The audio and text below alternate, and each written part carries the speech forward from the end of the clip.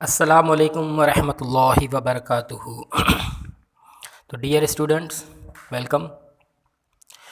آج ہم جس ٹاپک پر بات کرنے والے ہیں وہ ہمارا ٹاپک ہے مکی اور مدنی آیات اور مکی اور مدنی صورتوں میں کیا فرق ہے۔ یہ فرسٹ ایئر کے اسلامیات کی کتاب چیپٹر نمبر 4 کے اندر یہ ٹاپک ہے، تو بغیر دیر کیے ہوئے ہم اس ٹاپک پر بات کرنا اسٹارٹ کرتے ہیں۔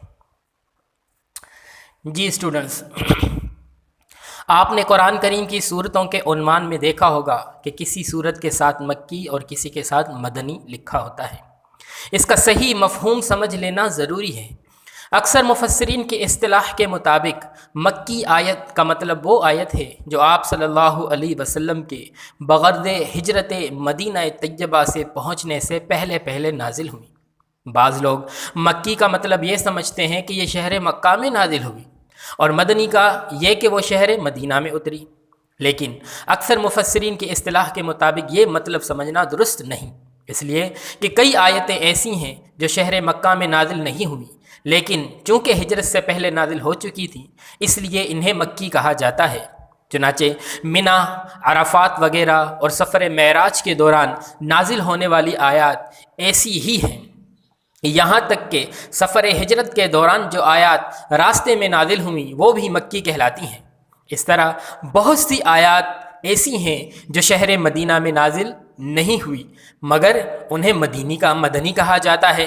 چنانچہ ہجرت کے بعد آپ صلی اللہ علیہ وسلم کو بہت سے سفر پیش آئے جن میں آپ صلی اللہ علیہ وسلم مدینے سے سینکڑوں میل دور بھی تشریف لے گئے۔ ان تمام مقامات پر نازل ہونے والی آیات مدنی کہلاتی ہیں، یہاں تک کہ ان آیتوں کو بھی مدنی کہا جاتا ہے جو فتح مکہ یا غزوہ حدیبیہ کے موقع پر خاص شہر مکہ یا اس کے مضافات میں نازل ہوئیں۔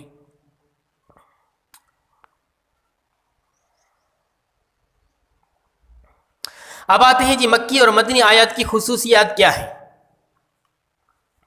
علماء یعنی ان کے درمیان بیسیکلی فرق کیا ہے، کیسے ہم پہچان سکتے ہیں کہ یہ آیات مکی ہیں یا یہ آیات مدنی ہیں، تو کچھ فرق یہاں پر یا اس کی کچھ خصوصیات کو ذکر کیا جائے گا۔ علماء تفسیر نے مکی اور مدنی صورتوں کا استقراء کر کے ان کی بعض ایسی خصوصیات بیان فرمائی ہیں جن سے بادی النظر میں یہ معلوم ہو جاتا ہے کہ یہ صورت مکی ہے یا مدنی۔ اس سلسلے میں بعض قواعد کلی اور بعض اکثری قواعد کلیہ ہیں۔ نمبر 1، ہر وہ صورت جس میں لفظ کلا ہرگز نہیں آیا ہے وہ مکی ہے۔ یہ لفظ 15 صورتوں میں 33 مرتبہ استعمال ہوا ہے اور یہ ساری آیتیں قرآن کریم کے آخری نصف حصے میں ہیں۔ نمبر 2، ہر وہ صورت جس میں کوئی سجدے کی آیت آئی ہے مکی ہے۔ نمبر 3، سورہ بقرہ کے سوا ہر وہ صورت جس میں آدم اور ابلیس کا واقعہ ہے وہ بھی مکی ہے۔ نمبر 4، ہر وہ صورت جس میں جہاد کی اجازت یا اس کے احکام مذکور ہیں مدنی ہے۔ نمبر 5، ہر وہ صورت جس میں منافقین کا ذکر آیا ہے مدنی ہے۔ بعض علماء نے ایسے قاعدے سے سورہ عنکبوت کو مستثنیٰ کیا ہے، کیوں کہ اس میں منافقین کا ذکر ہے لیکن وہ کچھ آیات ہیں۔ اور صورتوں کی مندرجہ ذیل خصوصیات عمومی اور اکثری ہیں، بعض کبھی ان کے خلاف بھی ہو جاتا ہے۔ نمبر 1، مکی صورتوں میں عموماً یا ایھا الناس اے لوگو کے الفاظ سے خطاب کیا گیا ہے، اور مدنی صورتوں میں یا ایھا الذین آمنوا اس کے الفاظ سے۔ مکی آیتیں اور صورتیں عموماً چھوٹی اور مختصر ہیں، اور مدنی آیات و سور طویل اور مفصل ہیں۔ مکی صورتیں زیادہ تر توحید، رسالت اور آخرت کے اثبات، حشر و نشر کی منظر کشی، آن حضرت صلی اللہ علیہ وسلم کو صبر و تسلی کی تلقین اور پچھلی امتوں کے واقعات پر مشتمل ہے، اور ان میں احکام اور قوانین کم بیان ہوئے ہیں۔ اس کے برعکس مدنی صورتوں میں خاندانی اور تمدنی قوانین، جہاد اور قتال کے احکام اور حدود اور فرائض بیان کیے گئے ہیں۔ مکی صورتوں میں زیادہ تر مقابلہ بت پرستوں سے ہے، اور مدنی صورتوں میں اہل کتاب اور منافقین سے۔ مکی صورتوں کا اسلوب بیان زیادہ پرشکوہ ہے، اس میں استعارات، تشبیہات اور تمثیلیں زیادہ ہیں، اور ذخیرہ الفاظ بہت وسیع ہے۔